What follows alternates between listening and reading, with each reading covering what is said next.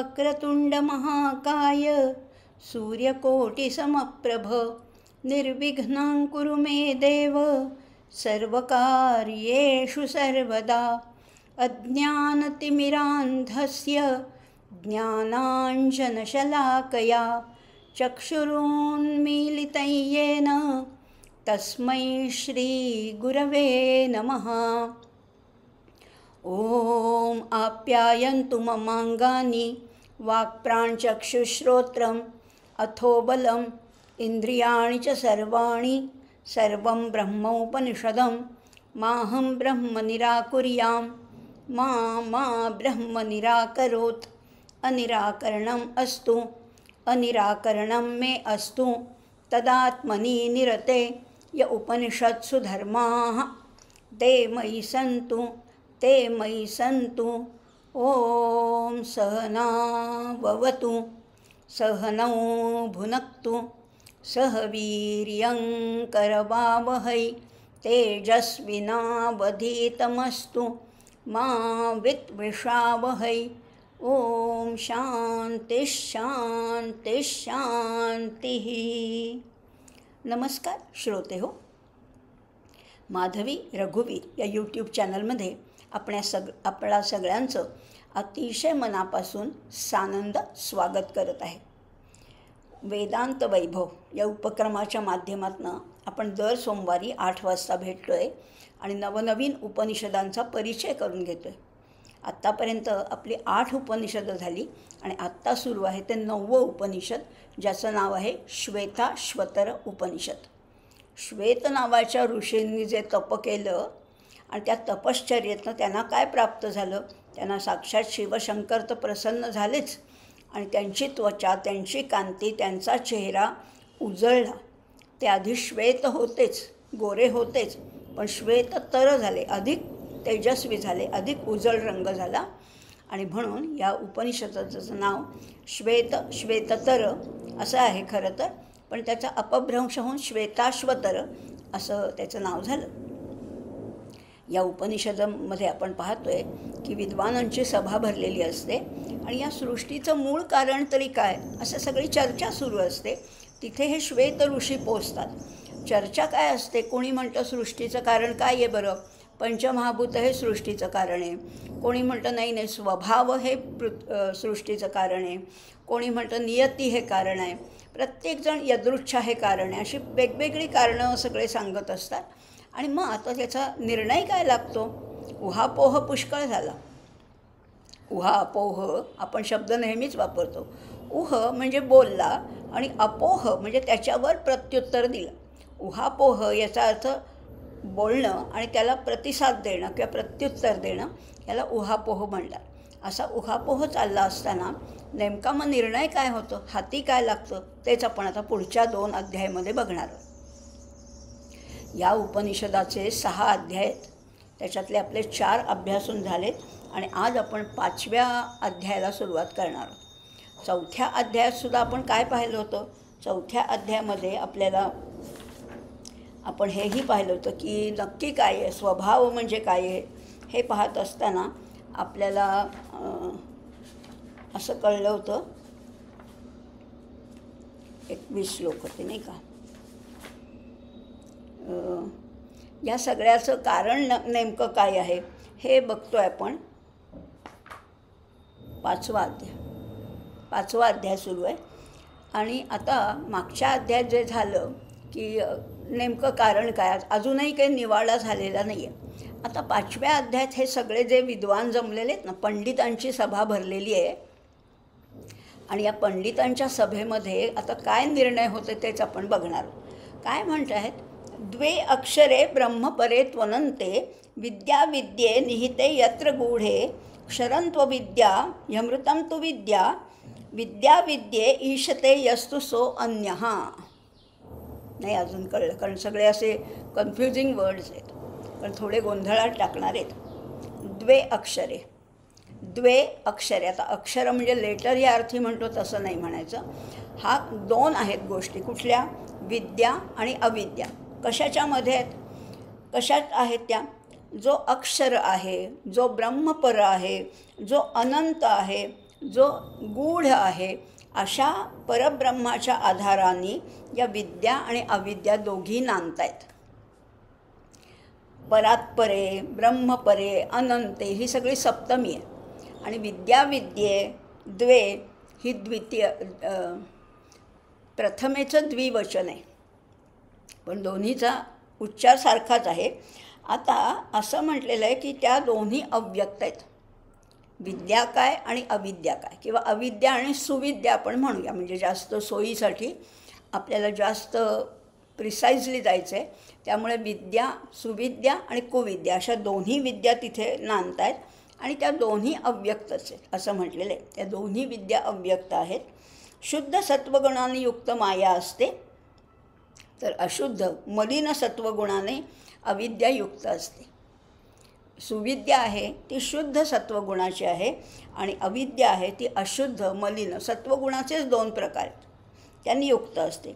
किंवा काहींच्या मते अज्ञान, अविद्या म्हणजेच अज्ञान किंवा अपराविद्या किंवा माया किंवा प्रकृती आहे असं म्हटलेलं आहे. आणि विद्या किंवा सुविद्या, आपण आता त्याला सुविद्या म्हणतो आहे, सुविद्या म्हणजे आत्मज्ञान, ब्रह्मज्ञान. अविद्या म्हणजे या बाकीच्या सगळ्या भौतिक विद्या आणि सुविद्या म्हणजे आत्मज्ञान. या कन्क्लुजनपर्यंत आपण पोचलो. आता आपल्या लौकिक जीवनामध्ये, आपल्या व्यवहारी आयुष्यामध्ये सुद्धा या विद्या आणि अविद्या आहेतच. याची सगळ्याची सरमिसळ झालेली आहे, याचं सगळ्याचं मिश्रण झालेलं आहे. आणि ते कसं आहे तर इथे फार सुंदर त्याला उपमा दिली आहे, जणू काही छाया प्रकाशाप्रमाणेत. या सुविद्या आणि कुविद्या या एकमेकात मिसळल्या आहेत, जणू छाया प्रकाश अशा ज्या मिसळल्या आहेत. आणि विवेकाने त्याचा समतोल सांभाळावा लागतो. माणसाला एक ॲडिशनल व्हॅल्यू दिली आहे ना, जी आहे विवेक. आणि या विवेकाने या दोन्हीचा समतोल सांभाळायला लागतं. छाया कुठे संपते आणि प्रकाश कुठे सुरू होतो हेही आपल्याला बघायला पाहिजे. म्हणजे बघा, जेव्हा अविद्येचा जोर वाढतो, लक्षात घ्या, अविद्या किंवा कुविद्या म्हणूया, तिचा जोर वाढतो तेव्हा जीवन खालच्या पातळीवर येतं. आणि जेव्हा सुविद्येचा जोर वाढतो तेव्हा त्या सुविद्येचा प्रभाव अधिक असला की जीवन वरच्या स्तरावर पोचतं. साधू, संत, सज्जन किंवा या संसारातली, प्रपंचातली सुद्धा काही थोर माणसं आहेत की ज्यांच्याबद्दल आपल्याला आदर वाटलं, पूजनीय वाटतात. अशी जी काही आदरणीय माणसं आहेत ते सगळे सुविद्येच्या क्षेत्रामध्ये नांदत असतात. आणि जे व्यसनी आहेत, जे चुकीचं वर्तन करतात, जे दुराचरणी आहेत, चोरी म्हणा, व्यसन म्हणा, आळस म्हणा, तमोगुणाच्या प्रभावाखाली आहेत, ते सगळे अविद्येमध्ये वावरत असतात. समर्थांनी तर मनाच्या श्लोकामध्ये फार सुंदर सांगून ठेवले, स्फुरे विषयी कल्पना ते अविद्या आणि स्फुरे ब्रह्मते जाण माया सुविद्या. जिथे विषयामध्ये वृत्ती वाढते किंवा विषयांकडे ओढ वाढते ती सगळी कुविद्या आहे किंवा अविद्या आहे. आणि जेव्हा ब्रह्माच्या स्फुरणाविषयी किंवा ब्रह्म काय आहे, मी कोण आहे, या सृष्टीचं रहस्य काय, हे जाणून घेण्याची जिज्ञासा जेव्हा बळावते तेव्हा सुविद्येचा प्रभाव असतो असंही म्हटलेलं आहे. जेव्हा जेव्हा अविद्येचा प्रभाव वाढतो किंवा अविद्येचा अतिरेक होतो तेव्हा आसक्ती आहे, चंचलता आहे, भ्रम, हे सगळं निर्माण होतात. उलट विवेक जिथे, सुविद्या जिथे आहे तिथे श्रद्धा आहे, संयम आहे, हे आपोआप स्वभावामध्ये चांगलं परिवर्तन दिसायला लागतं. तेज येतं, ज्ञान येतं. आणि श्रुतीनुसार अविद्या ही क्षर आहे तर विद्या ही अक्षर आहे. या दोघी परब्रह्माच्या ठिकाणीच नांदतायत, पण त्याच्यातली अविद्या आहे ती क्षर आहे, नाहीशी होणारी, संपणारी आहे. पण सुविद्या जी आहे ती अक्षर आहे, तिला अंत नाही आहे, ती टिकणारी आहे, चिरंतन आहे. बघा ना, प्रपंच किंवा विषय, विश्व हे सगळे क्षरच आहेत. आणि म्हणून प्रपंचाचा भोग घेणारा जीव हा खालच्या पातळीवर वावरत असतो. फक्त प्रपंचात लडबडलेला जो जीव असतो तो थोडा खालच्या पातळीवर वावरत असतो. आणि त्याच्या उलट प्रपंचाचा जीव असणारा शिव हा अक्षरच आहे असंही म्हटलेलं आहे. पण या दोन्हीच्या पलीकडे आपण आता हे पाहिलं की ब्रह्माच्या आधाराने, ब्रह्माच्या अधिष्ठानावर ही विद्या आणि अविद्या वावरते किंवा सुविद्या कुविद्या ज्याला म्हटले ते. त्याच्यातली एक क्षर आहे आणि एक अक्षर आहे. अविद्या आहे ती क्षर आहे आणि सुविद्या आहे ती अक्षर आहेत. पण तरीसुद्धा ह्या अविद्या आणि सुविद्या याच्याही पलीकडे त्यांचं ईशन करणारा वेगळाच कोणीतरी आहे. ह्या ईशन नाही करत आहे, त्यांचं ईशन करणारा आणखीन तिसराच एक. आपण 15व्या अध्यायात पाहिलं होतं ना, यस्माक्षरमतीतोहम अक्षरादपि चोत्तमः. जो क्षर आणि अक्षराच्या पलीकडे आहे त्याला काय म्हटलेलं आहे, अतोस्मि लोके वेदे च प्रथितः पुरुषोत्तमः. त्याला पुरुषोत्तम म्हटलेलं आहे. म्हणजे या दोन्हीतही आपण अडकायचं नाही आहे, गुरफटायचं नाही, ज्याच्याही पलीकडे जायचं आहे. त्यामुळे तो कोण आहे, तो परब्रह्म आहे, परम पुरुषोत्तम आहे. आता पण विवेकाने आता हे एक टाकून नाही देतात बरं का. आता ह्याच्यातली गंमत अशी आहे की जरी अविद्या आम्हाला समजली तरी ती टाकून नाही देत आहेत, कारण त्याच्यातच राहायचं आहे. या अविद्येत राहून आपल्याला सुविद्येचा शोध घ्यायचा आहे किंवा सुविद्येपर्यंत पोचायचं आहे आणि सुविद्येच्या आधाराने त्या पुरुषोत्तमापर्यंत पोचायचे. कारण कुठल्याही विवेकाने हे कळायला लागतं की सालीशिवाय फळ नाही आहे. आता आपण कुठलंही फळ खातो, साल टाकून देतो. केळं म्हणा, आंबा म्हणा, साली टाकून देतो आणि फळ खातो. पण सालीशिवाय फळ नाही आहे. सालीमुळे त्याला संरक्षण आहे. त्यामुळे अविद्यासुद्धा काही प्रमाणात आवश्यक आहे. सालीशिवाय फळ नाही, काट्याशिवाय गुलाब नाही, हे लक्षात घ्यायचे. त्यामुळे अविद्येचा पूर्ण त्याग नाही करता येणार. त्या अविद्येला सांभाळूनच पण तिला थोडीशी बाजूला करून सुविद्येच्या माध्यमातून पुरुषोत्तमापर्यंत पोचायचे. म्हणजे ह्या विद्या आणि अविद्या या दोन्हीवर त्याचीच सत्ता आहे ना. या दोन्हीचा समन्वय साधून त्याच्या जो पलीकडे आहे, यस्माक्षरम अतीतोहम, अतीत जो आहे त्या परमेश्वराची उपासना करायची. एवढं तर आता ठरलं नक्की. जीव आणि शिव हे खरं दोन्ही ब्रह्माचेच अंश असले तरी ते ब्रह्म नाही आहेत, ते उपाधी धारण केलेले आहेत. ब्रह्मानीच उपाधी धारण केली आहे तेव्हा तो जीव होतो आणि या शरीरात राहणारा शिवसुद्धा तोच आहे. पण ब्रह्म या दोन्हीच्या पलीकडे आहे. या दोघांहून ते अक्षर ब्रह्म आहे, ते अनंत आहे, ते वेगळं आहे. मग आता विद्या आणि अविद्या या दोन्ही परब्रह्मामध्ये अव्यक्त स्वरूपामध्ये असतातच. त्यातील क्षरणाचा हेतू असलेली अविद्या ही विश्व निर्माण करते आणि अक्षरविद्या ही मोक्षाचं कारण ठरते. आता लक्षात घेऊया, जी अविद्या आहे, जी क्षरणशील आहे, जी नाशिवंत आहे, तिच्यामुळे हे सगळं विश्व बनलेलं आहे. सगळं जे दिसतंय ना डोळ्याला, दृश्य जे विश्व आहे, झाडं वेली पशु पक्षी डोंगर नद्या, सगळं जे दिसतंय ती सगळी अविद्या आहे. पण या अविद्येतून आपल्याला मोक्षापर्यंत जायचं आहे ती मात्र आहे सुविद्या. अक्षरविद्या जी आहे ती सुविद्या आहे. या दोन्ही अनादी आहेत, प्रवाहरूप आहेत, त्यामुळे त्या नित्य वाटतात. दोन्हीचं अधिष्ठान ब्रह्म आहे आणि ब्रह्मज्ञान झालं की ह्या दोन्ही संपून जातात. जिथे विद्याही संपते आणि सुविद्याही संपून जाते, या दोन्ही जिथे मावळतात तेव्हा परब्रह्माचं दर्शन घडतं. क्षरही नाही आणि अक्षरही नाही, याच्या पलीकडे जायचे, पुरुषोत्तमापर्यंत जायचे. म्हणजे थोडक्यात जर का ह्या श्लोकाचं आपल्याला सार बघायचं झालं तर विद्या काय आहे, जागृती म्हणजे विद्या आहे किंवा ह्या संसाराचं, या प्रपंचाचं व्यर्थता जाणणं ही विद्या आहे. आणि ती कशी आहे, ती अक्षर आहे. आणि अविद्या काय आहे, स्वप्न आणि सुषुप्ती ही अविद्या आहे. अविद्येमुळे मनुष्य आभासामध्ये हरवून जातो. आपणसुद्धा एका भासामध्ये आहोत. आत्तासुद्धा आपल्याला भास होतो आहे. कशाचा, या विश्वाचा भास होतो आहे. हे विश्व आपल्याला खरं वाटतं आहे. म्हणजेच ज्या दोरीवर सर्पाचा भास होतो आहे तो आम्हाला सर्पच खरा वाटतो आहे. खरं आहे ती दोरी खरी आहे, सर्प हा भासयुक्त आहे, पण आम्हाला हे जग खरं वाटतं आहे. आणि ही अविद्या जी आहे ती मात्र क्षर आहे किंवा ती संपणारी आहे असंही म्हटलेलं आहे. थोडा कठीण आहे श्लोक हा. पहिलाच मंत्र थोडा कठीण आहे, पण जसं जसं पुढे जाऊ, जसे जसे आपण त्याची उदाहरणं बघू, तसा तसा हा श्लोक आपल्याला समजत जाईल. ठसत जाईल. मात्र ह्याचा वारंवार अभ्यास मात्र करायला लागणार आहे. पुढे म्हणलेले यो योनी योनीम अधितिष्ठती एको, सगळीकडे राहतो ना, सगळ्या योनी योनी म्हणजे या 84 लक्ष ज्या योनी आहेत त्याच्यामध्ये तो एकच राहतो आहे. यहा योनी योनीम अधितिष्ठती एको विश्वानी रूपाणी योनिश्च सर्वाः. या सगळ्या योनी ज्या आहेत, ऋषीं प्रसूतं कपिलं यस्तमग्रे ज्ञानैर्बिभर्तिर्जायमानंच पश्येत.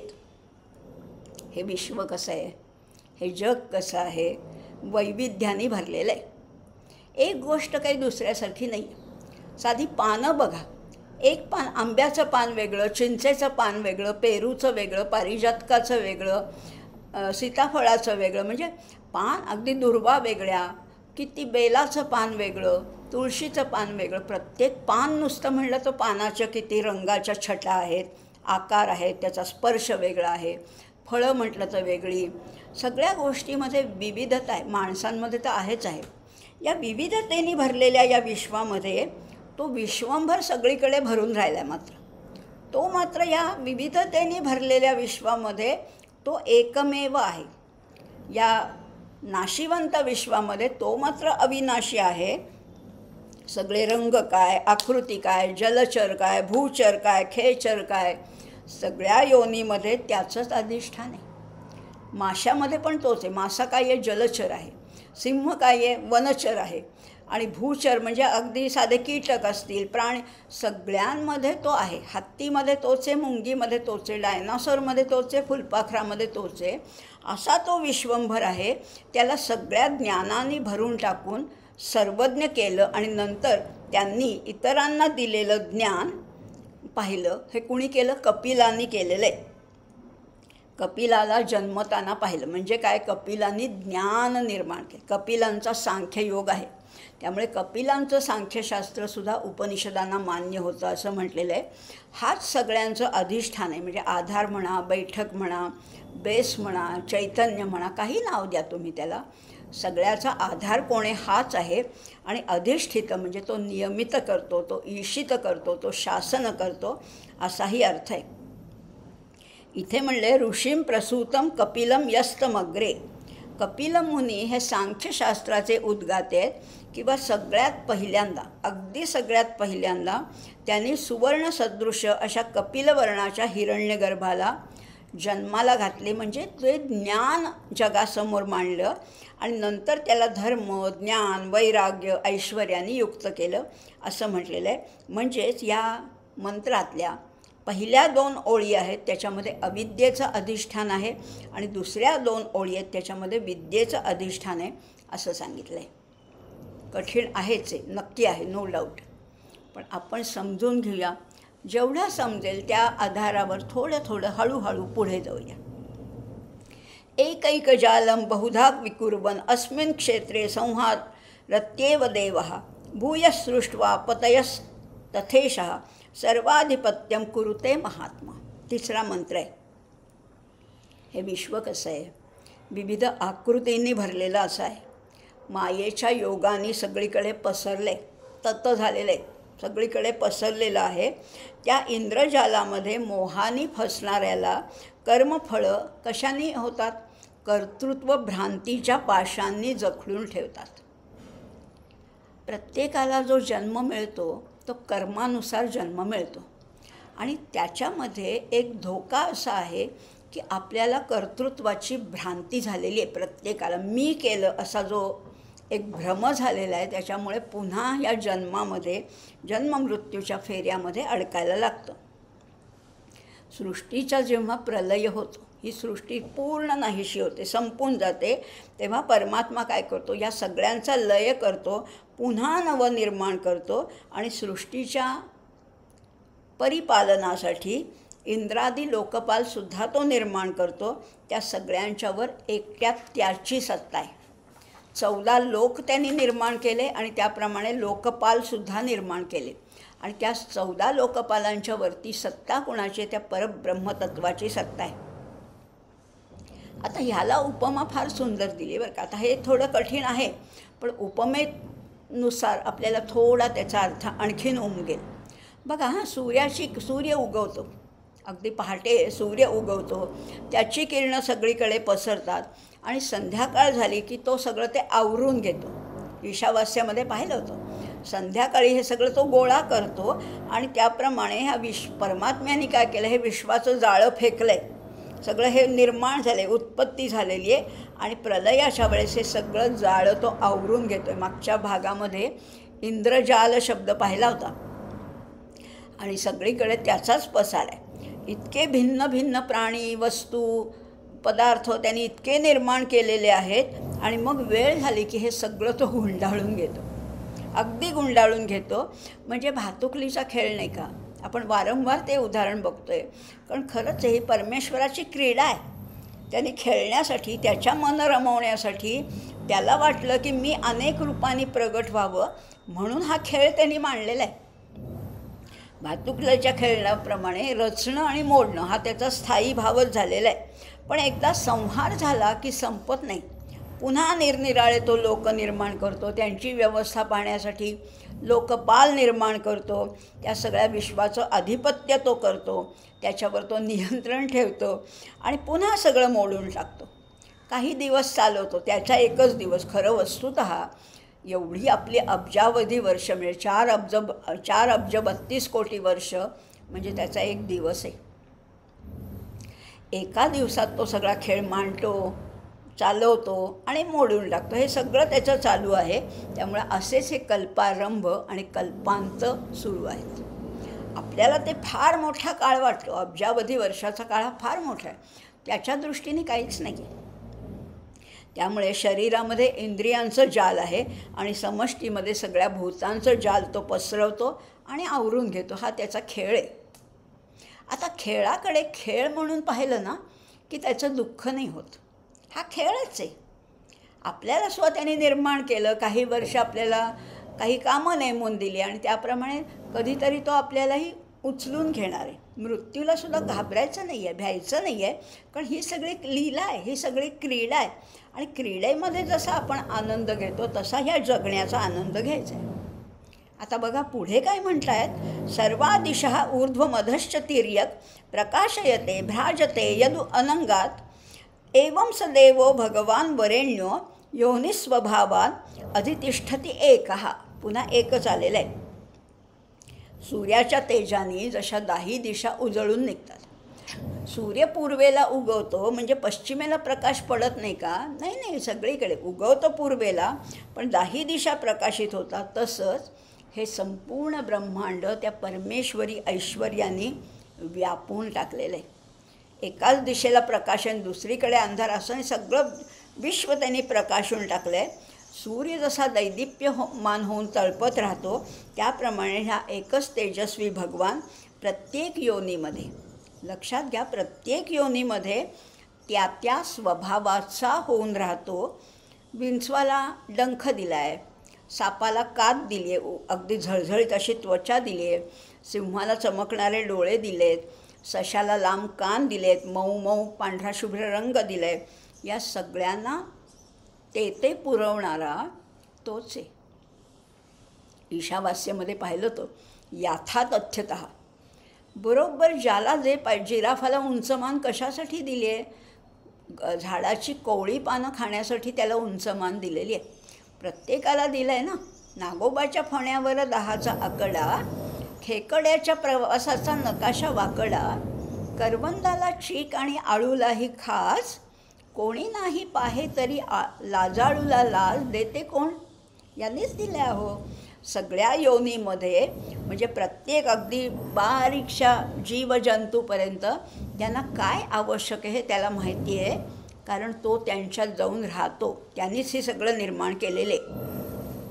आता पुढे 5व्या मंत्रामध्ये म्हणलं आहे, यच्च स्वभावं पचती विश्वयोनिः पाच्यांश सर्वान् परिणामयेत् यः सर्वमेतत् विश्वमधितिष्ठति एकः गुणांश्च सर्वान् विनियोजयेत् सः यः. या जगाचं मूळ कारण आहे कोण आहे? आदी कारण कोण आहे? पहिलं कारण कोण आहे? हा परमात्मा आहे. त्यांनी ही सगळी सृष्टी निर्माण केली. विविधतेने तिला नटवलं, सजवलं. या भेद युक्त सृष्टीमध्ये तो मात्र अभेद आहे. सृष्टी सगळी भिन्न भिन्न आहे. सृष्टीमध्ये भेद आहेत, एक काही दुसऱ्यासारखा नाही आहे. प्रत्येकाचं वजन, उंची, रंग, रूप, नाक, डोळे सगळं वेगळं आहे. अगदी मनुष्य म्हटलं तरी म्हणजे सगळं भेदयुक्त आहे. पण तो आत्मा कसा आहे, परमात्मा कसा आहे, तो अभेद आहे. की ह्याचा आत्मा मोठा आणि त्याचा लहान, किंवा ह्याचा नाजूक आणि ह्याचा कठोर, असं नाही आहे. हो, आत्मा सगळीकडे अभिन्न रूपाने आहे. अविभक्तंच भूतेषु विभक्तमिव च स्थितम, किंवा विनश्यत्स्व विनश्यन्ते यः पश्यति स पश्यति, असा तो सगळ्यांमध्ये राहतो. प्रत्येकामध्ये राहून त्याने स्वभावानुसार आपलं वेगळेपण सांभाळलेलं आहे. आता काय बोला, आता काय बोलणार आहो. सगळ्यांमध्ये राहतो आहे, भिन्न भिन्न गोष्टीमध्ये राहतो आहे, पण आपलं अभिन्नत्व त्याने पुन्हा सांभाळलेलंच आहे. आदित्यामध्ये तो तेज बनून राहतो आहे, अग्नीमध्ये उष्णता बनून आहे, पाण्यामध्ये प्रवाही म्हणून तो आहे. वायू हा कसा आहे, चलनवलन करणारा आहे. अग्नीत उष्णता आहे, पाषाणात कठीणपणा आहे. वाघ सिंह क्रूर आहे, तर मोर अतिशय सुंदर आहे. गाय गोड दूध देते, तर भ्रमर गुंजारव करतात. किती भिन्नता त्यांनी जपली आहे. सशाला म्हटलं की तू झाडावर चढ, नाही चढता येणार. माशाला म्हटलं झाडावर चढ, नाही चढता येणार. किंवा माकडाला म्हटलं पाण्यात पोहत, तर त्याला नाही जमणार. प्रत्येकाला एक वेगळेपण दिले आणि ते त्यांनी जपलं आहे, कारण तो आत आहे. आता बघा सगळीकडे तो आहे. बघा ना, पुरुषाला कठोरता दिली आहे, पुरुषाला एक आधारस्तंभ म्हणून उभा केला आहे. आणि स्त्रीकडे दया आहे, वात्सल्य आहे, मार्दव आहे, क्षमा आहे, शांती आहे, मातृत्व, हे सगळं स्त्रीला दिलेलं आहे.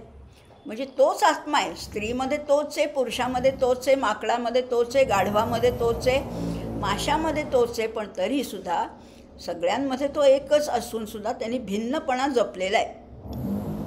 आणि शिवाय आणखीन ह्याच्या पुढे जाऊन बरं, माणसं तरी सगळी कुठे सारखी आहेत. सगळ्या माणसांना एकच गुणधर्म जरी असला तरी माणसं तरी कुठे सारखी आहेत. अगदी आपल्या कुटुंबातली माणसं तरी कुठे सारखी आहेत. त्यामुळे कर्मविपाकानुसार प्रत्येकाचा जीवन मार्ग तो आखून देत असतो. तो आखून देत असतो. आणखी सत्व रज तमानुसार त्या कर्मातही तो विविधता निर्माण करतो. शिक्षकाचं कर्म वेगळं आहे, सैनिकाचं कर्म वेगळं आहे, शेतकऱ्याचं कर्म वेगळं आहे, डॉक्टरांचं कर्म वेगळं आहे, मजुराचं कर्म वेगळं आहे. प्रत्येकाला कर्म वाटून दिलेली आहेत. बरं, सगळे डॉक्टर तरी कुठे सारखे आहेत. कोणी रजोगुणी आहेत, कोणी तमोगुणी आहेत, कोणी सत्वगुणी आहेत. म्हणजे ह्या सगळ्यामध्ये तो सगळं काम करवून घेतो आहे आणि विविधता जपतो आहे. पण तरीसुद्धा तो अभिन्न आहे. आता काय सांगायचं, इतक्या विविधतेने भरलेल्या जगाचं नियमन तो जगन्नियंता करतो आहे. आणि तो काय करतो, प्रत्येक योनीतल्या प्रत्येक जीवाला पूर्णता प्रदान करण्यासाठी तो धडपडत असतो. लक्षात घ्या, आपण अर्धवटच आहोत खरं म्हटलं तर. आपल्याला पूर्णत्वाला जायचं सुद्धा माहिती नाही. आपल्याला जीवनाचं ध्येयच अजून कळलेलं नाही आहे. पण त्याची धडपड काय असते, तुम्ही अपूर्ण आहात ते पूर्णत्वाला नेण्यासाठी त्याची धडपड असते. जे पक्व होण्यासारखं आहे ते तो पक्व बनवतो, पिकवतो. हिरव्यागार कैरीचा पिवळा धमक आंबा बनतो ना. आंबट कैरी असते पण त्याचा गोड आंबा बनतो. कोण बनवतो? आंब्यात सुद्धा तोच आहे, कैरीत सुद्धा तोच आहे, बोरामध्ये तोच आहे, जांभळामध्ये तोच आहे, केळ्यामध्ये तोच आहे. बनवतोय ना. प्रत्येकाला परिपूर्ण करण्याचा त्याचा ध्यास आहे. या विश्वातल्या प्रत्येक गोष्टीतल्या प्रत्येक गुणाचा विनियोग करणारा तोच आहे. तो असं म्हणतो, तो काही म्हणत नाही, आपण त्याच्या वतीने बोलतो आहे. त्याचं असं सांगणं आहे आपल्याला ह्या कृतीतून त्याच्या, की या जगामध्ये एकही वस्तू क्षुल्लक नाही आहे, एकही वस्तू टाकाऊ नाही आहे. साधा तुम्ही दगड म्हणाल, पण दगडाचा उपयोगसुद्धा मंदिराच्या रचनेसाठी, पायरीसाठी होऊ शकतो, मूर्तीसाठी होऊ शकतो. अमंत्रम अक्षरो नास्ति नास्ति मूलमनौषधम अयोग्यो पुरुषो नास्ति योजकस्तत्र दुर्लभा. या जगात त्यांनी अशी व्यर्थ वस्तूच बनवली नाही. निवडुंग म्हणाल तुम्ही, अगदी निवडुंगाचा काय उपयोग आहे ना. सगळ्याचा उपयोग आहे. अगदी कोरफडीचा उपयोग आहे, निवडुंगाचा उपयोग आहे, घायपातीचा उपयोग आहे, धोत्र्याचा उपयोग आहे. प्रत्येक गोष्ट तुम्हाला टाकाऊ वाटत असेल, पण प्रत्येक गोष्ट त्यांनी उपयोगीच बनवली आहे, कोणाला कोणासाठी तरी. आणि त्याचा योग्य विनियोग केला तर निश्चित लाभ होणार आहे. ह्याच परमात्म्याने बघा आता काय केलं आहे, आणि किती गमती करून ठेवल्या या ब्रह्मांडामध्ये. या सगळ्या योनींचं, सगळ्या व्यक्तींचे स्वभाव त्यांनी निश्चित केलेले आहेत. स्वभावस्तु प्रवर्तते. मोगरा सुगंधाने दरवळणारच, चिंच आंबट असणारच, कारलं कडू असणारच, आपल्याला माहिती आहे. हा स्वभाव बनवला आहे. पाण्याला रोखू शकत नाही, पाणी उताराकडे धावणारच, अग्निदाहक असणारच. तसे ह्या सगळ्याचे स्वभाव त्यांनी बनवलेत. आणि ह्याचा उपयोग या विश्वाच्या सुचारू अशा संचलनासाठी तो करून घेतो. काय उत्तम केले हो सृष्टी त्यांनी. म्हणजे या सगळ्यावर त्याचं आधिपत्य आहे. आणि म्हणून सगळं हे वेल मॅनेज सिस्टीम आहे ही सगळी. कुठेही गोंधळ नाही आहे, कुठेही गडबड घोटाळा नाही आहे की चुकून असं झालं. असं चुकून बिकून त्याच्याकडनं होत नाही. आमच्याकडनं खूप चुका होतात, त्याच्याकडनं चूकसुद्धा होत नाही. हे जे त्रिगुण आहेत ना, याच्यातलासुद्धा तमोगुणामुळे निद्रा येते आणि जी आवश्यक आहे. रजोगुण हा कार्यासाठी प्रवृत्त करणारा आहे आणि सत्वगुण हा परमेश्वर चिंतनाकडे नेणारा आहे. हे त्रिगुणसुद्धा त्यांनीच निर्माण केलेले आहेत. आणि प्रत्येकाच्या स्वभावाचा परिपाक म्हणजे त्याला पूर्णत्वाला नेणं आहे. आता तो हे धडपड करतो आहे. आपण थोडीशी तरी करायलाच पाहिजे. माझं पूर्णत्व कशात आहे? मला पूर्ण व्हायचं आहे म्हणजे नेमकं काय व्हायचं आहे? मला परमेश्वराशी तद्रूप व्हायचं आहे. आत्ता मी माणूस आहे, साधी माणूस आहे. माणसाकडनं मला देव माणूस व्हायचं आहे, देव माणसाकडनं देवत्वाला जायचं आहे. तिथेच माझ्या जीवनाची कृतकृत्यता आहे, इति कर्तव्यता आहे. असं जेव्हा कळेल तेच खरं ज्ञान आहे, तेच खरं ज्ञान आहे. आणि म्हणून ईश्वर तर आपल्या सगळ्या गुणांचा उत्तम उपयोग करून घेत असतो. मात्र माणसाने सुद्धा परमेश्वरी कायद्याप्रमाणे वागलं पाहिजे. आपण आपले काहीतरी वेगळेच कायदे निर्माण करतो. परमेश्वरी कायदा उत्तम आहे. परमेश्वराच्या काठीला आवाज नसतो. तो बरोबर जिथे शिक्षा करायची तिथे शिक्षा करतो आणि जिथे सूट द्यायची तिथे सूटही देतो. त्यामुळे एवढंच आपण लक्षात ठेवूया, या सृष्टी चक्राला खीळ बसेल, त्याच्यात अडथळा निर्माण होईल, बाधा निर्माण होईल, असं माझ्या हातनं काहीही घडणार नाही अशी स्वतःला एक खात्री द्यायची आणि त्याप्रमाणे आचरण करायचे. प्रत्येकाने आपलं काम उत्तम केलं तर हे सृष्टीचक्र किती सुरळीतपणाने चालेल. आणि मग कुठेच कलह नाही, मतभेद नाही, लढाया नाही, युद्ध नाही, हे सगळं थांबून जाईल. मग पोलीस नको, मग कोर्ट नको, कचेऱ्या नको, न्यायाधीश नको. सगळ्या प्रत्येकाने आपलं काम उत्तम करायचं आहे. आणि मनुष्य जन्माची सार्थकता खरं म्हटलं तर याच्यातच आहे. आता काय म्हणतात 6व्या मंत्रामध्ये, तद वेद गुह्यो उपनिषत्सु गूढं तद ब्रह्मा वेदते ब्रह्मयोनिं ये पूर्वदेवा ऋषयश्च तद्विदुः ते तन्मया अमृता वै बभूवुः. वेदांचं अंतिम टोक म्हणजे वेदांत. वेद हे सकाम आहेत. उत्तम लोकाच्या प्राप्तीसाठी, काही मला संपत्तीसाठी, धनवृद्धीसाठी काही यज्ञ सांगितलेले आहेत वेदामध्ये. पण वेदांचा जो अंतिम भाग आहे त्याला वेदांत असं म्हटलेलं आहे. आणि हा वेदांत म्हणजेच उपनिषद म्हणजे श्रुती. आणि म्हणून या उपनिषद म्हणजे वेदांचं सर्वश्रेष्ठ सार उपनिषदामध्ये सामावलेलं आहे. इथपर्यंत तर आपल्याला माहितीच आहे. आता उपनिषदाचाच आपण अभ्यास करतो आहे. ज्यातून सगळे वेद निघाले किंवा उपनिषद ज्याचं वर्णन करतात त्या ब्रह्माला पूर्वदेव किंवा ऋषी हे जाणतात असं म्हटलेलं आहे. आता ब्रह्मतत्वाची अनुभूती येणं म्हणजे ब्रह्मतत्वात मिसळून जाणं. अनुभूती घ्यायला मी वेगळेपणाने उरतच नाही, त्याच्याशी तद्रूप होणं, त्याच्यामध्ये मिसळून जाणं म्हणजेच ब्रह्मज्ञान आहे. ब्रह्मतत्वामध्ये मिसळून जायचे. ही अनुभूती फार थोड्या लोकांना येते. ऋषी असतील, मंत्रद्रष्टे ऋषी असतील, त्रिकालज्ञानी पुरुष असतील, संत असतील, सज्जन असतील, विभूती असतील, यांनाच फक्त ही अनुभूती येते. बहुसंख्य प्रापंचिकांना ही अनुभूती येत नाही. मनुष्याणां सहस्रेषु कश्चिद् यतति सिद्धये यततामपि सिद्धानां कश्चिन् मां वेत्ति तत्त्वतः. त्यामुळे खऱ्या सगळ्या साधकांचं ध्येय हे असायला पाहिजे की मला ब्रह्मप्राप्ती म्हणजे ब्रह्मामध्ये मिसळून जायचे. पण नाही जमत, कारण जीव हा त्रिगुणाने युक्त असतो, त्याला मीपणा चिकटलेला असतो आणि त्यामुळे तो आपल्या मूळ स्वरूपाला ओळखत नाही, त्याच्यापासून लांब जातो आणि नाही त्या अनावश्यक अशा प्रापंचिक विषयभोगामध्ये अडकतो.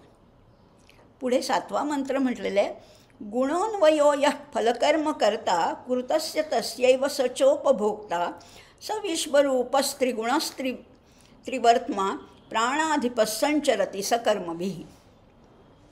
जीव कसा आहे? त्रिगुणांनी युक्त आहे, माहिती आहे आपल्याला, सत्व रज तम. या त्रिगुणांना अनुसरून तो वर्तन करतो. ज्याचा जसा गुण असेल तसं त्याचं वर्तन असतं. ज्या देहात तो असतो त्या देहाचे गुण त्याला चिकटतात. आत्मा निर्लेप आहे, खरं म्हटलं तर तो जीवसुद्धा निर्लेप आहे, पण जिथे राहतो त्याचे गुण चिकटतात, त्याचा संगगुण संगती गुण लागतो. सत्वगुण प्रबळ असेल तर सत्कर्म घडतात, सहजपणाने घडतात, नीतियुक्त आचरण होतं, धर्माचरण घडत असतो. रजोगुणाच्या प्राबल्याने मात्र भोग लालसा वाढते आणि कर्माविषयी आस्था निर्माण होते.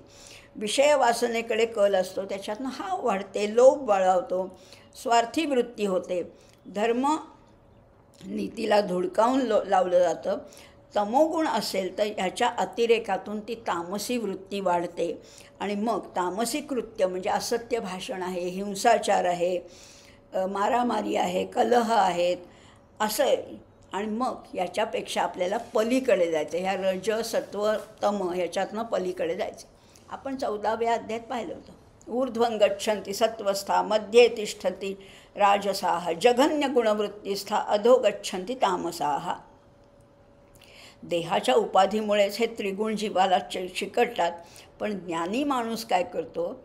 इंद्रिय निग्रह करतो आणि त्रिगुणाच्या पलीकडे जातो. हे जे चिकटलेत ना, ते चिकटले पण काढून टाकतो. ती जी आसक्ती आहे, तो जो ओलावा आहे, ते जे ममत्व आहे, ते काढलं की त्या त्रिगुणांचा आणि त्या आत्म्याचा काहीही संबंध उरत नाही. तो त्रिगुणाच्या अतीत होतो. म्हणजे कसं सांगू का, पलीकडे जातो तो. त्रिगुणाला चिकटला आहे ना, तोपर्यंत जे इंद्रियांचे जे विकार आहेत ते आत्म्याला चिकटल्यासारखे वाटतात. खरं तर गुणागुणेषु वर्तन्त इति मत्वा न सज्जते, अडकायचंच नाही आहे त्याच्यातनं. आणि असे जे थोर पुरुष आहे, मंत्रद्रष्टे ऋषी आहेत, ते ह्याच्यातनं निश्चितपणाने मुक्त होतात असं म्हटलं आहे. तमोगुण, सत्वगुण, रजोगुण किंवा शुद्ध सत्वगुण यांचं काय वैशिष्ट्य आहे? तमोगुणी जो असतो तो म्हणतो की सगळं मलाच हवं, सगळं मलाच हवं. रजोगुणी म्हणतो की तू घे थोडं, पण मलाही हवं आहे बरं का. रजोगुणी म्हणतो तू घे पण मलाही हवं आहे. सत्वगुणी म्हणतो की मला हवं आहे तसं सगळ्यांनाच हवं आहे, मला एकट्याला नको, सगळ्यांना द्या. आणि शुद्ध सत्व ह्याच्याही वरती आहे, तो म्हणतो मला नाही मिळालं तरी चालेल, सगळ्यांना मिळालं ना माझं पोट भरलं. अशी जगात माणसं आहेत. तमोगुणी सगळे हावरटासारखं मला मला मला घेतात. रजोगुणी म्हणतो की तू पण घे आणि मला पण दे.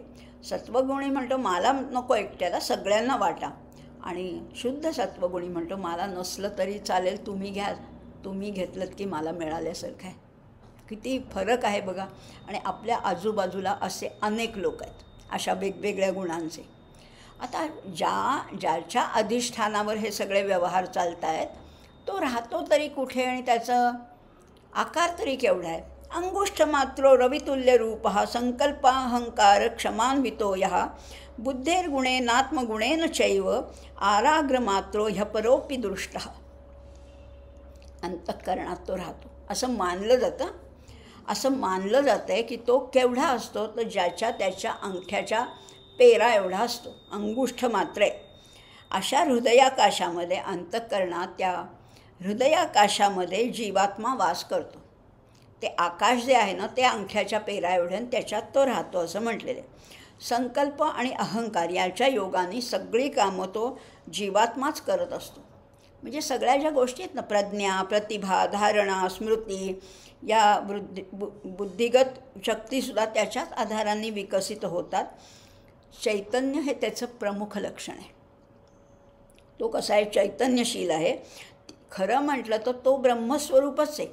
त्याच्यात आणि ब्रह्मामध्ये काहीही फरक नाही आहे, परंतु अंतःकरणाची उपाधी त्याला चिकटल्यामुळे त्याला जीवात्मा म्हटलं आहे आणि तो जो आहे तो शिवात्मा आहे. खरं तर तो ज्ञानरूप आहे, रवितुल्य आहे आणि त्यामुळे तो तसा वाटतो फक्त. आता काय म्हटलेलं आहे पुढे, एक सुंदर उपमा दिली बरं का. 9वा मंत्र वाचत नाही, फक्त अर्थ बघूया. खरं पाहिलं तर केस किती बारीक असतो. आपला जो केस आहे तो किती बारीक आहे. त्या केसाचा जर का 100वा भाग म्हणजे 1/100 भाग घेतला आणि त्या भागाचा पुन्हा 1/100वा भाग म्हणजे किती सूक्ष्म असेल, तेवढा हा जीव सूक्ष्म असतो. परंतु म्हणून तो काही सामर्थ्यहीन नसतो. एवढंसाच आहे, मग त्याच्यात काही अर्थ नाही असं नाही आहे. इतका बारीक म्हणजे आपल्या केसाच्या 10,000 पटीनी लहान, म्हणजे त्याचा 10,000वा भाग जेवढा असेल तेवढा तो आहे आणि खूप सामर्थ्य आहे त्याच्यात. दिसायला जरी लहान असला, अनंत होण्याचं सामर्थ्य त्याच्यातच असते. कारण तो कसा आहे, अणोरणीयान महतो महीयान असा तो आहे. म्हणजेच नराचा नारायण करण्याचं सामर्थ्य या जीवामध्ये आहेच. सूक्ष्म असूनही तो असीम होऊ शकतो. एक अणूही शक्तिशाली असतो, तोही ब्रह्मरूप होऊ शकतो असं म्हटलेलं आहे. हा शरीरातच राहतो, शरीरातच नांदतो, परंतु शरीर नाश पावलं तरी हा नाश पावत नाही आणि कुठे जातो हे कळतही नाही. विनश्यत्स्व विनश्यन्त यः पश्यति स पश्यति असं म्हटलेलं आहे. आता ह्या जीवाला काही लिंग आहे का? स्त्री पुरुष, लहान मोठा असं काही आहे का? नाही. 10व्या मंत्रात म्हटलं आहे, नैव स्त्री न पुमान एष. हा स्त्री नाही, हा पुरुष नाही. न चैवायम नपुंसकः, तो नपुंसकसुद्धा नाही. यच्यत् शरीरम आदत्ते तेन तेन स युज्यते. तो कोण आहे? तो जीवात्मा आहे, जीव आहे. या सत्स्वरूपाला पुल्लिंग नाही, स्त्रीलिंग नाही, नपुंसकलिंगसुद्धा नाही. आत्मा एकच असतो. तो ज्या शरीरात राहतो त्याच्याशी तो जोडला जातो आणि तसा समजला जातो. त्या शरीराने तो सुरक्षित केला जातो, त्याच्याशी तो तादात्म्य पावतो. त्यामुळे त्या शरीरामध्ये स्वतःला त्या शरीराप्रमाणे समजू लागतो. आत्मा फार वेगळा आहे, सूक्ष्म आहे आणि त्याला कुठलं लिंग नाही आहे. त्याला जाणीव आहे, तो सगळी जाणीव तिथेच भरलेली आहे, चैतन्य तिथेच आहे. तो नराचा नारायण तोच करू शकतो, पण स्वतःला त्या शरीराप्रमाणे समजायला लागतो की मी बुटकी आहे, मी गोरी आहे, मी काळी आहे, मी कुरूप आहे, किंवा मी सुंदर आहे, असं त्याला ते भास निर्माण होतो. शरीराप्रमाणे समजायला लागतो. परंतु खरं तर जीवाला शरीरभेदाचा लेप कधीही चढत नाही. आपण शरीर म्हणजे आत्मा मानायला लागतो. आपण म्हणतो ना, तो पांगळा आहे, हा अंध आहे, तो मुका आहे, हा बहिरा आहे, गोरा काळा कुरूप उंच बुटका, आपण असले लेबलं लावतो. नाही आहे, त्याला कुठलंच लेबल लावायचं नाही आहे. तो जिथे वास करतो त्याप्रमाणे तो आकार धारण करतो. एवढंच त्याचं वैशिष्ट्य सांगितलेलं आहे खरं म्हटलं तर.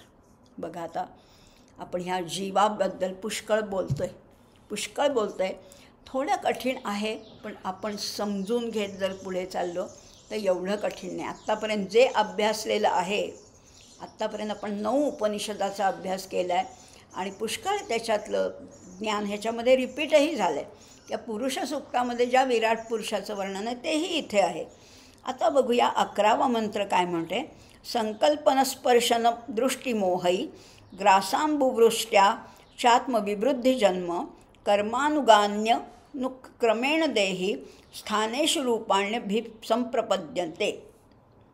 लिंग वर्ण हे आत्म्याला नसतं. ब्राह्मण आत्मा आणि शूद्र आत्मा असं काही आहे का? असं नाही आहे. हो, गोरा काळा उंच बुटका स्त्री पुरुष असं कुठलेही भेद नाही आहेत. ते सगळे शरीराला असतात. पण मग हे शरीर त्या आत्म्याला कसं काय प्राप्त होतं? हे सगळं कर्मानुसार घडत असतं. बघा किती सुंदर विचार ह्याच्यात मांडलेला आहे. सगळ्या प्रश्नांची उत्तरं आपल्याला ह्याच्यातच मिळणार आहे. हा आत्मा आणि शरीर ह्यांचं नेमकं रिलेशन काय आहे, नेमका संबंध काय आहे, या आत्म्याला हे शरीर कसं मिळतं, हे सगळं कर्मानुसार घडत असतं. या कर्मामागे काय कारण असावं याचं उत्तर आता श्रुती देत आहे. कर्म तरी माझ्या हातनं पापकर्म का घडलं, पुण्यकर्म तरी का घडलं, याला काही उत्तर आहे का? हो, आहे ना. बघा, काहीतरी पाहिल्यावर मनात संकल्प निर्माण होतो. त्यातून इंद्रियांना तो विषय हवाहवासा वाटू लागतो. मग मनाला त्याचा ध्यास लागतो. पुढे तो हव्यास वाढत जातो. मग शब्द, स्पर्श, रूप, रस, गंध यापैकी कशाचाही हव्यास धरला तरी त्याच्यातून मग असंतोष आहे, क्रोध आहे, लोभ आहे, मोह आहे. आणि मग सगळे ते तुटून पडतात किंवा त्याच्यावर ते घाला घालतात. आणि त्या पसाऱ्यात एकदा का जीव हरवला की त्याला मार्ग सापडत नाही आणि जन्ममृत्यूच्या फेऱ्यात तो गटांगळ्या खात राहतो. ज्याला ज्याची आवड असेल त्याला हव्यास वाटायला लागतं. प्रत्येकाची आवड निवड वेगळी आहे. कुणाला खाण्यापिण्याची असेल, कुणाला कपड्या लत्त्याची असेल, कुणाला स्त्री संघाची असेल, किंवा कुणाला पुस्तकाची असेल, कुणाला अभ्यास, म्हणजे आवडीनिवडी प्रत्येकाच्या वेगळ्या आहेत. त्याप्रमाणे हव्याससुद्धा वाढत जातो. कोणताही हव्यास चुकीचाच आहे, वाईटच आहे असं म्हटलेलं आहे. म्हणजे बघा, आपण 16व्या अध्यायामध्ये पाहिलं ते अपरस्पर संभूतम किमन्यत काम हेतुकम, म्हणजे स्त्री आणि पुरुष एकत्र आल्यानंतर त्यांचं मिलन झाल्यानंतर गर्भधारणा होते. आईने घेतलेल्या भोजनामुळे गर्भाची वृद्धी होत जाते. त्याची पूर्ती झाली, ते दिवस पूर्ण झाले की बाळाचा जन्म होतो, हे आपल्याला माहिती आहे. पण कधीकधी इथे सांगितलं आहे, कधीकधी केवळ संकल्पातून, स्पर्शातून, दृष्टीतून, मोहातून सुद्धा जन्म होतो. पुराणामध्ये अशा अनेक कथा आहेत. स्त्री पुरुषांचं मिलन न होता सुद्धा गर्भधारणा झाली, नियोग पद्धतीने असेल, आणखीन काही स्पर्शाने असेल. बघा ना, पक्षीसुद्धा स्पर्शाची ऊब देऊन अंडी उबवतात. प्रत्यक्ष पोषण नाही करतात, फक्त त्याच्यावर बसून ते अंडी कशी उबवतात. किंवा कासवी जी आहे ती आपल्या दृष्टीने आपल्या पिल्लांचं पोषण करते. मासे केवळ बघून अंडी घालतात असं म्हटलं जातं. तसंच मागील जन्मामध्ये ज्यांनी जशी कर्म केली असतील त्याची फळं भोगण्यासाठी अनुरूप असं शरीर जेव्हा प्राप्त होतं किंवा परिस्थिती निर्माण होते त्यानुसार त्याला जन्म मिळतो. एखाद्याला अध्यात्माची आवड आहे, एखाद्याला व्यापाराची आवड आहे, एखाद्याला गणिताची आवड आहे, एखाद्याला व्यायामाची आवड आहे. त्या जसा तो मागच्या जन्मीचं कर्म असतो तसं त्याला पुढचा जन्म त्या कुटुंबात तशा शरीरामध्ये मिळतो. आणि अशा प्रकारे हा जीव जो आहे अनेक योनींमधनं फिरतोय 84 लक्ष योनीमधनं फिरत असतो. पुढे 12व्या मंत्रामध्ये म्हटलं आहे, स्थूलानी सूक्ष्माणी बहूनी चैव रूपाणी देही स्वगुणैर्वृणोती क्रियागुणैरात्मगुणैश्च तेषां संयोगहेतु रपरोपी दृष्टः. जीवात्मा काय करतो, स्थूल आणि सूक्ष्म अशी अनेक रूपं धारण करत असतो आणि मग त्रिगुणात्मक वृत्तीने कर्म करत राहतो. याच्यातल्या मागच्या जन्मीच्या संस्कारामुळे तसा नवनवीन देह मिळतात. तसं आपण बघितलं. कोणता देह मिळणार, कुठे मिळणार, हे त्या संस्कारावर म्हणजे मागच्या जन्मीच्या पापपुण्यावर सगळं ठरत असतं. आत्ता मला माहिती नाही आहे मला पुढचा जन्म कुठे मिळणार, पण जर चांगला मिळायला पाहिजे असं मला वाटत असेल तर आत्ता काहीतरी सत्कर्म करायला पाहिजे, म्हणजे पुढच्या जन्मामध्ये क्लेश कमी होतील आणि उत्तम काहीतरी विचारांचं धन मिळेल किंवा उत्तम प्रगती होईल असंही आपल्याला म्हणता येईल. संकल्प, वासना आणि वृत्तीनुसार हातून कृती घडते. त्याच्यातनं बरी वाईट कर्म घडतात आणि त्याच्यातनं सुखदुःख देणारी फळं निर्माण होतात. बुद्धी काय, मन काय, शरीराचे गुणधर्म काय, ही कारणं पुढचा जन्म ठरवतात. आत्ता उत्तम वर्तन झालं तर पुढचा जन्म कदाचित प्राप्य पुण्यकृतान लोकानुषित्वा शाश्वती समाह शुचीनाम श्रीमतांगे हे योगभ्रष्टोभिजायते. आत्ता योग साधना केली तर पुढचा जन्म अधिक चांगल्या कुटुंबामध्ये मिळू शकेल. मग आता मग काय आपल्याला काय करायचं आहे? आता ह्या उपनिषदातनं आपण काय शिकणार आहोत? हे सगळ्याचा विचार करून आपल्याला एवढंच करायचं आहे की धर्मशास्त्रांनी जे नियम घालून दिले त्याच्यावर श्रद्धा ठेवायची, त्याप्रमाणे वर्तन करायचे. जीवाची प्रवृत्ती पाहून महात्मे त्याला बरोबर मार्ग सुचवतात. आपले सद्गुरू जे आपल्याला मार्ग सुचवतात ती आपली पुढच्या जन्मीची तरतूद असते. त्यामुळे धर्मशास्त्र काय सांगतं त्याप्रमाणे वागण्याचा, शास्त्रानुसार वर्तन करण्याचा शक्यतो आपला प्रयत्न असेल तर पुढचा जन्म अधिक उत्तम लाभेल आणि अधिक लवकर आपली उन्नती, प्रगती आणि आध्यात्मिक साधना फलद्रूप होणार आहे. 13वा मंत्र म्हणतो आहे, अनाद्यनंतं कलिलस्य मध्ये विश्वस्य स्रष्टा रमणैकरूपं विश्वस्यैकं परिवेष्टितारं ज्ञात्वा देवं मुच्यते सर्वपाशैः. काय म्हणतात? हृदयाकाशामध्ये राहणारा हा जीव कुठे राहतोय? कलिलस्य मध्ये. तो कसा आहे? अनादी आणि अनंत आहे. जीवाला मृत्यू नाही आहे बरं का. जीवासंगे जन्मे मृत्यू, जोड जन्म जात. त्या शरीराला मृत्यू आहे पण जीवाला मृत्यू नाही आहे. तो अनेक योनींमधनं भटकत राहत असतो. परंतु हे भटकणं कधी थांबणार? कधीतरी थांबायला पाहिजे ना. किती भटकणार? त्याला काही शेवट आहे का? नाही आहे ना, निश्चितच आहे. त्या जीवात्म्याचा आधार कोण आहे? तो अनंत परमात्मा आहे. अधिष्ठान काय आहे? अनंत परमात्मा आहे. उपाधीमुळे काय होतं? चैतन्यरूप जीवात्मा वेगवेगळे आकार धारण करतो, त्यामुळेच त्याला मर्यादा पडतात. समजून घ्या. तो जो उपाधीमुळे तो चैतन्यरूप जीवात्मा आहे तो वेगवेगळे आकार धारण करतो. मनुष्याचा आकार आहे, पशुचा आकार आहे, सिंहाचा आहे, हत्तीचा आहे, घोड्याचा आहे आकार. त्यामुळे त्याला मर्यादा पाडतात.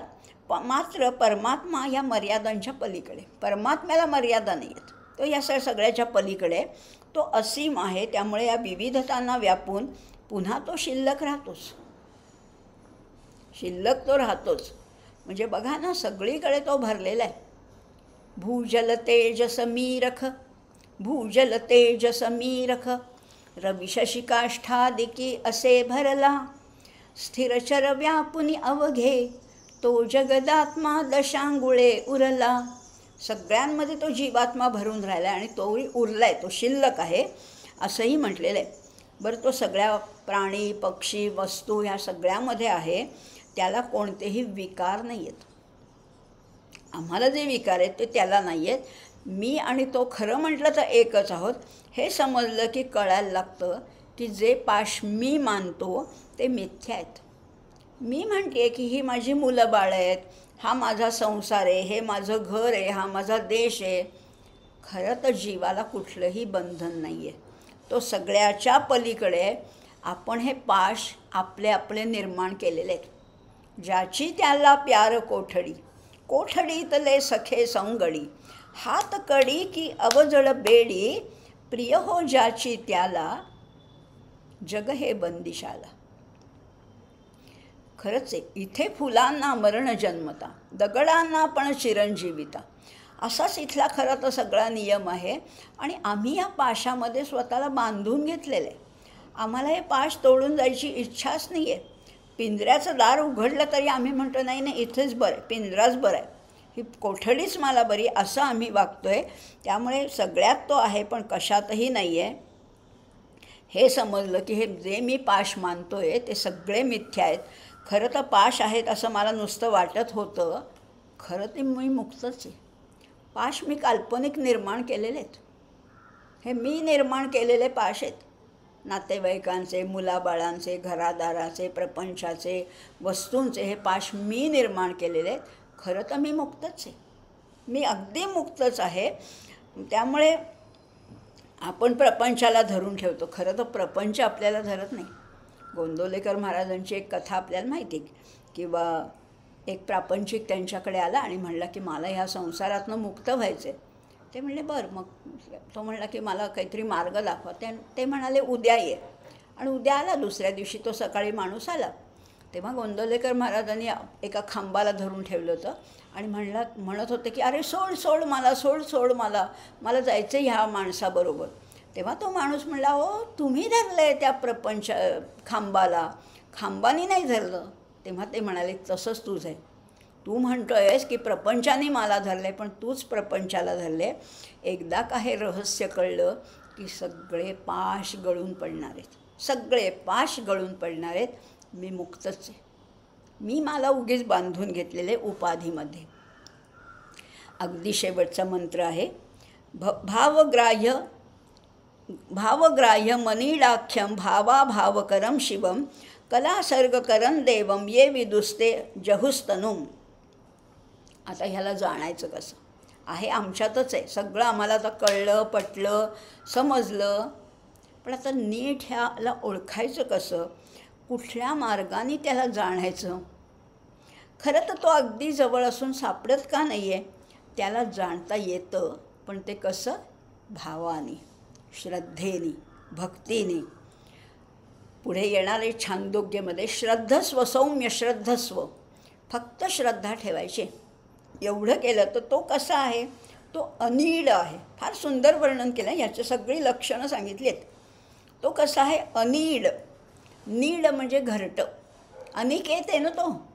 आपण पाहिलं होतं भक्तियोगामध्ये अनिकेत स्थिरमतीर.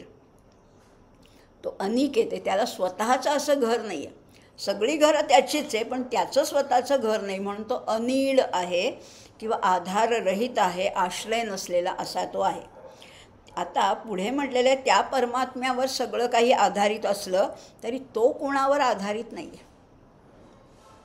मी आत्ता या खुर्चीवर बसली आहे, मला कशाचा तरी आधार आहे, किंवा मी या जमिनीवर बसते किंवा या जमिनीवर माझं घर आहे असं मी म्हणते. म्हणजे मला सारखा कशाचा तरी आधार लागतो आहे.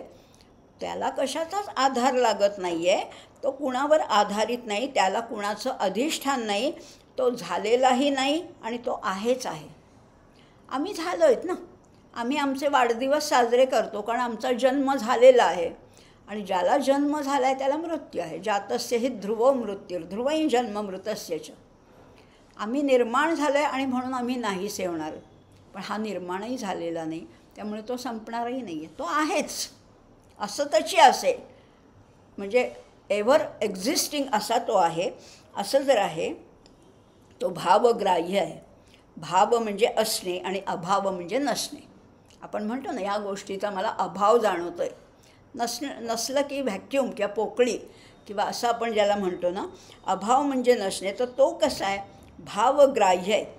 तो सगळं काही करणारा आहे. तो शिव आहे, कल्याणकारी आहे, मंगल आहे, कलांचा निर्माता आहे, एकमेवाद्वितीय आहे, परमात्मा आहे, षोडश कलांचा पुरुष आहे. तो भावग्राह्य आहे, अनिडाख्यम आहे, भावाभावकरम शिवम.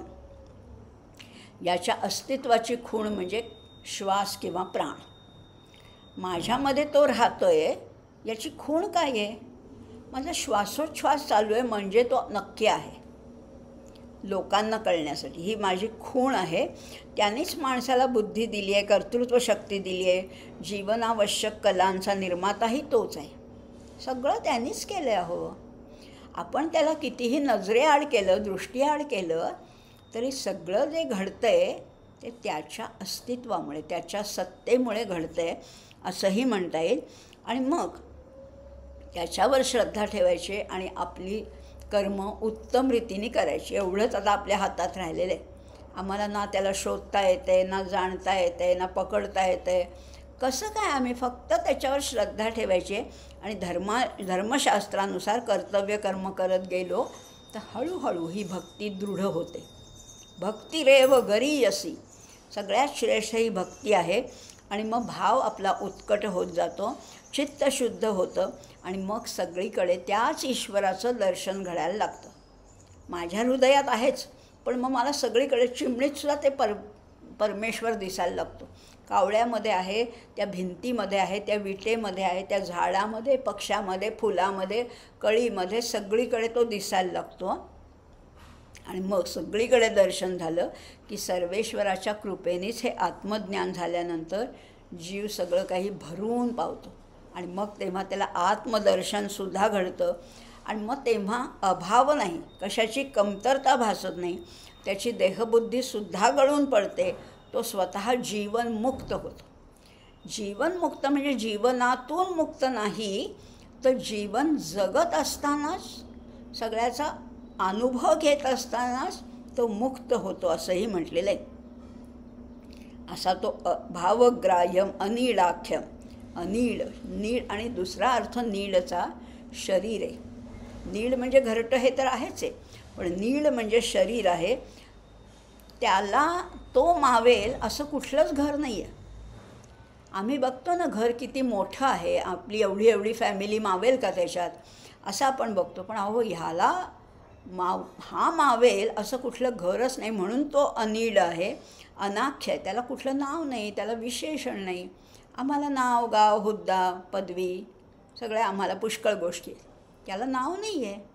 पुष्कळ नावं दिली त्याला, परमात्मा म्हणा, परमज्योती म्हणा, परमेश्वर म्हणा, काही त्याला पुष्कळ तद म्हणा, खूप नावं दिली, पण कुठलंच नाव त्याला सुटेबल नाही, योग्यच नाही. म्हणून तो अनाख्य आहे. त्याला नाव नाही, विशेषण नाही, त्याचं वर्णन करता येत नाही, असा तो आहे. पण तरीसुद्धा त्याला जाणल्याशिवाय आम्हाला चैन पडत नाही. पण त्याला जाणणं, त्याच्यात मिसळून जाणं, याच्यातच आमच्या जीवनाची खरं म्हटलं तर कृतकृत्यता आहे, इति कर्तव्यता आहे. तेच आमच्या जीवनाचं मूळ उद्दिष्ट आहे. अल्टिमेट डेस्टिनेशन काय आहे असं विचाराल तर परब्रह्माशी तद्रूप होणं, त्याच्यामध्ये विलीन होणं, त्याच्यामध्ये मिसळून जाणं. आणि तो कुठे आहे? तो सगळीकडे भरलेला आहे. वेगळं शोधायला नको, वेगळं कुठे त्याच्या दर्शनासाठी जायला नको, कारण तो सर्वत्र भरलेला आहे. ब्रह्म मीच. तो म्हणतो ब्रह्म मीच, मीच तेज वारी, मीच मेदिनी, मीच व्योम वायू, मीच मज विणे नसे कुणी. रुद्र मीच, रुद्र मीच, मीच विष्णू ब्रह्मदेव तोही मी, स्वर्ग मृत्यू सर्व ठाई, पूर्ण एक मीच मी, पूर्ण एक मीच मी. असा सगळीकडे भरला आहे. एवढा भरलेला असून, एवढा सगळीकडे नजर टाकाल तिथे तोच आहे. एवढा असूनसुद्धा आम्ही इतके करंटे आहोत, आम्ही इतके पापी आहोत की आम्हाला तो दिसत नाही. मग तो दिसण्यासाठी त्यालाच प्रार्थना करायची, त्यालाच म्हणायचे की दे बाबा मला दर्शन, तू मला दिसू देत, माझी पात्रता वाढू देत, माझी क्षमता वाढू देत, माझं चित्त शुद्ध होऊ देत, आणि मग मला तो निश्चितच सगळीकडे दिसायला लागेल. फुलं, पानं, पशु, पक्षी, सिंह, ससा या सगळीकडे त्याचं जेव्हा दर्शन होईल तेव्हा मी परिपूर्ण होईल आणि माझ्या मानवी जीवनाचं उद्दिष्ट पूर्ण होईल. असं त्याच्याकडेच आपण मागूया. हा श्वेताश्वतर उपनिषदाचा 5वा अध्याय आज झाला. पुढच्या वेळेस 6वा अध्याय पूर्ण होईल आणि श्वेताश्वतर उपनिषद पूर्ण होणार आहे. आज इथेच थांबूया.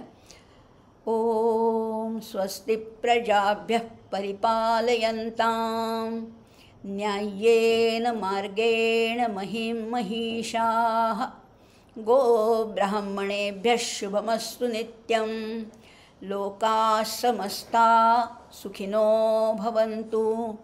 ओम पूर्णमदः पूर्णमिदं पूर्णात् पूर्णमुदच्यते पूर्णस्य पूर्णमादाय पूर्णमेवावशिष्यते. ओम शांति शांति शांति.